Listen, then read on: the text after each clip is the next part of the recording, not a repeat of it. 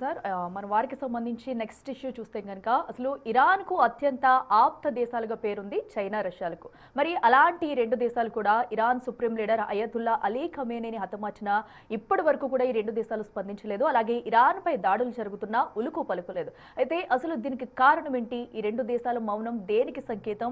ఏ దాడులతో అంటి ముట్టకుండా ఉండడానికి కారణం ఏంటి అనేది కూడా ఇప్పుడు ప్రస్తుతం అయితే పెద్ద క్వశ్చన్ గా కనిపిస్తుంది. సో ఎందుకంటే ఫస్ట్ నుంచి కూడా సపోర్ట్ గా ఉంటూ రెండు దేశాలు ఆప్త దేశాలు చెప్పొచ్చు.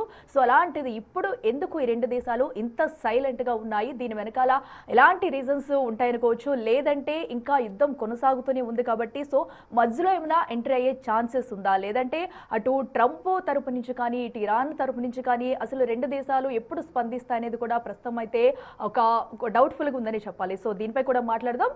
ఎస్ సార్, మనం చూస్తున్నాం కదా, యుద్ధానికి సంబంధించి కూడా ఇప్పటి వరకు అటు రష్యా కానీ ఇటు చైనా కూడా రెండు స్పందించకపోవడానికి అసలు రీజన్ ఏమై ఉంటుందంటారు? ఎవరు చెప్పారు స్పందించలేదని? మీరు 4 పదాలు వాడారు. ఒకటి స్పందించలేదు, 2 అంటీ ముట్టనట్టున్నాయి, 3 మౌనంగా సైలెంట్గా ఉన్నాయి, 4 ఉలుకు పలుకులేదు. 4 నిజం కాదు.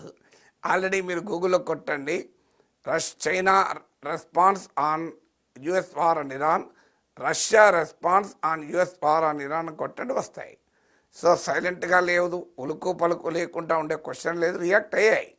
సో ఏంటి, యుద్ధంలో చేరలేదు. యుద్ధంలో చేరడం అంటే మామూలు విషయం కాదు కదా. అమెరికాకు రష్యా చైనాల మధ్య ఇరాన్ అమెరికా ఇరాన్ల మధ్య రష్యా చైనా దిగితే యుద్ధం అమెరికా వర్సెస్ ఇరాన్ ఉండదు, అమెరికా వర్సెస్ రష్యా చైనా ఉంటుంది. అది 3వ ప్రపంచ యుద్ధంగా మారిపోతుంది. సో దానికి సిద్ధపడితే తప్ప రంగంలో దిగవు కదా మీకు. అందువల్ల ఇరాన్ రష్యా చైనా స్పందించడం లేదన్నది నిజం కాదు. యుద్ధంలో ఇరాన్కు మద్దతుగా దిగలేదన్నది నిజం. మరి అదే ఎందుకు దిగలేదు అంటే that is the last stage. మరొక వైపు అమెరికా, ఇంకేం కావాలి, ఇంకెవరు కొట్టాడాలి యుద్ధంలో? సో అందువల్ల ఆ లెవెల్ ఆఫ్ వార్కు దేశాలు సిద్ధపడితేనే దిగుతాయి. మీకు క్లాసిక్ కంపారిజన్ ఉక్రెయిన్ చెప్తాను. రష్యా ఉక్రెయిన్పై దాడి చేసి 4 ఏళ్ళు అయింది. మరి ఇప్పటికైనా అమెరికా దిగిందా, యూరోప్ దిగిందా ఉక్రెయిన్కు మద్దతుగా? ఈవెన్ టుడే 4 ఏళ్ళు ఉక్రెయిన్లోని 20% భూభాగాన్ని రష్యా ఆక్రమించుకుంది. మరి అమెరికా ఎందుకు దిగలేదు, యూరోప్ ఎందుకు దిగలేదు? ప్రెసిడెంట్ జెలెన్స్కీ మొత్తుకున్నాడు కూడా, నాకు నాటో మెంబర్షిప్ ఇవ్వండి. నాటో మెంబర్షిప్ ఇస్తే ఒక దేశంపై జరిగిన దాడిని మిగతా దేశాలు కూడా దాడిగా భావిస్తే ఒప్పుకోలేదు అమెరికా.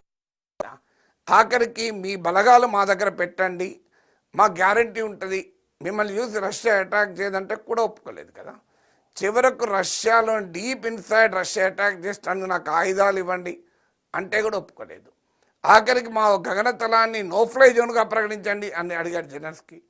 అంటే అప్పుడు అమెరికా స్పష్టంగా చెప్పింది, బైడెన్ చెప్పాడు, ఈవెన్ ట్రంప్ కూడా కాదు, మీరు మీ ఉక్రెయిన్ స్కైస్ని నోఫ్లై జోన్గా ప్రకటిస్తే మేము గగనతలంలో రష్యాతో ప్రత్యక్ష ఘర్షణకు దిగాల్సి ఉంటుంది, దానికి మేము సిద్ధంగా లేము అని చెప్పేశారు. మరి 4 ఏళ్ళుగా యుద్ధం జరుగుతున్నా, ఉక్రెయిన్ను బీభత్సంగా అటాక్ చేస్తున్నా, ఉక్రెయిన్లోని 20% భూభాగాన్ని రష్యా ఆక్రమించుకున్నా అమెరికా యూరోప్ ఎందుకు రంగంలో దిగలేదు? అమెరికా యూరోప్ రంగంలో దిగితే థర్డ్ వరల్డ్ వార్ అయిపోతుంది. రష్యాకు అనుకూలంగా చైనా వస్తుంది, ఉక్రెయిన్కు అనుకూలంగా అమెరికా యూరోప్ వస్తుంది. ఆ స్టేజ్ రాలేదు కనుక వాళ్ళు దిగలేదు. ఇది మొదటి కారణం. ఆ స్టేజ్ అంటూ వస్తే ఇక అది థర్డ్ వరల్డ్ వార్ అయితే తప్ప ఇంకేం కాదు. ఇక రెండవది లిమిటేషన్స్ కూడా. ఇప్పుడు రష్యాకున్న కెపాసిటీలో సో ఉక్రెయిన్ బాటిల్ ఫీల్డ్లో ఉన్న గెయిన్స్ కన్సాలిడేట్ చేసుకోవాలి. అది వదిలేసి మిగతా చోట్లకు రష్యా తన రిసోర్సెస్ డైవర్ట్ చేసే అవకాశమే లేదు.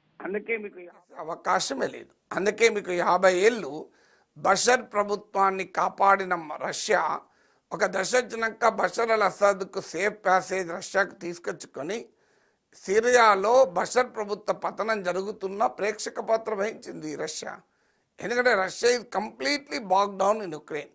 ఇప్పుడు తనకు ప్రత్యక్షంగా వ్యూహాత్మక ప్రాధాన్యత కలిగిన ఉక్రెయిన్ వదిలేసి మిత్ర దేశాల కొరకు రష్యా పాకులాడితే ఇక్కడ తన హోమ్ ఫ్రంట్లో ఏం కావాలి? అందువల్ల రష్యాకున్న రిసోర్సెస్ ఎనర్జీ అంతా ఉక్రెయిన్లో కాన్సన్ట్రేట్ చేసింది కనుక రష్యా దిగలేదు రంగంలో. చైనా ఫారిన్ పాలసీ మొదటి నుంచి కూడా తన పైన దాడి జరిగితే ఊకోదు, తన స్ట్రాటజిక్ ఇంట్రెస్ట్లను ఏమాత్రం కదిలించడం ఊరుకోదు. ఇప్పుడు మీకు తైవాన్ విషయంలో జపాన్ ప్రైమ్ మినిస్టర్ వ్యాఖ్య చేస్తే చైనా దాదాపు యుద్ధానికి దిగినంత పనిచేసింది. అలాగే అమెరికా ఒక్క మాట అంటే చైనా ఏకంగా తైవాన్ ముట్టడించింది. సో తన స్ట్రాటజిక్ ఇంట్రెస్ట్ల విషయంలో చైనా చాలా కఠినంగా ఉంటుంది. కానీ అమెరికా లాగా గ్లోబల్ డామినేషన్ను చైనా ఇప్పటికిప్పుడు కోరుకోవడం లేదు.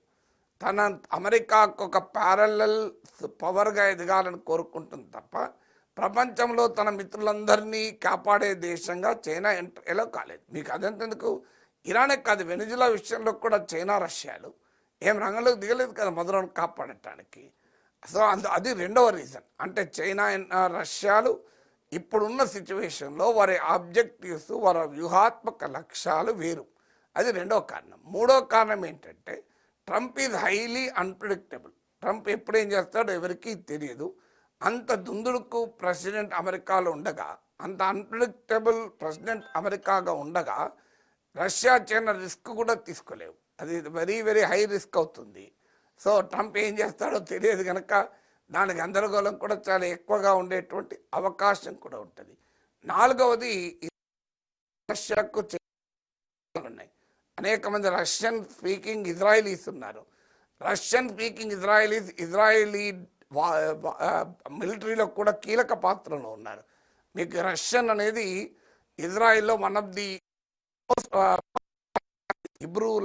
ఇబ్రూ మెయిన్ అయినా ఇజ్రాయిల్లో రష్యన్ భాష మాట్లాడే వాళ్ళు చాలామంది ఉంటారు. అంటే రష్యా నుంచి వెళ్ళి ఇజ్రాయిల్లో సెటిల్ అయిన వాళ్ళు. సో అందువల్ల డైరెక్ట్ స్టేక్స్ కూడా లేవు. ఇప్పుడు ఇజ్రాయిల్ ఏమైనా చైనీస్ స్ట్రాటజిక్ ఇంట్రెస్ట్లకు ఇజ్రాయిల్ ఏమైనా ఇబ్బంది పెట్టిందా? ఇప్పుడు ఆ రీజన్లో Israel, Saudi Arabia, United Arab Emirates, Bahrain, మీరు ఖతార్, ఈ దేశాలన్నింటినీ కాదని చైనా, రష్యా, ఇరాన్తో ఎందుకు ఉంటాయి? ఇప్పుడు ఉదాహరణకు చైనాకు సౌదీ అరేబియాకు మధ్య బ్రహ్మాండమైన రిలేషన్స్ ఉన్నాయి. చైనాకు యుఏఈకి మధ్య రిలేషన్స్ ఉన్నాయి. ఒక్కసారి చైనా, రష్యా ప్రత్యక్షంగా ఇరాన్కు అండగా దిగితే మిగతా అరబ్ దేశాలందరినీ వదులుకోవాల్సి ఉంటుంది. దానికి ఎందుకుంటాయి చైనాకు, రష్యాకు ఏంటి ఇంట్రెస్టు? ఏ మేరకైనా ఇరాన్ను ఆదుకోవటానికి సిద్ధంగా ఉండొచ్చు, కానీ డైరెక్ట్ అమెరికాతో యుద్ధానికి దిగాలి అంటే తమ స్ట్రాటజిక్ ఇంట్రెస్ట్ అన్నింటినీ వదులుకోవాల్సి ఉంటుంది. ఆ పని చైనా, రష్యా చేయడానికి సిద్ధంగా లేవు కూడా. ప్రతి దేశం అలాగే ఉంటుంది. ఇప్పుడు అమెరికా కూడా అదే చేసింది. ఇంతకుముందు అందుకే చెప్పాను, ఉక్రెయిన్ విషయంలో అమెరికా, యూరప్ ఉక్రెయిన్కి ఆయుధాలు ఇచ్చాయి, అన్ని రకాల సాయం చేయాలి, కానీ బియాండ్ అ పాయింట్ దాటలేదు. ఆ బియాండ్ అ లైన్, ఆ లైన్ దాటలేదు. ఆ లైన్ లోపలే ఉన్నారు తప్ప ఆ లైన్ దాటలేదు. ఓకే.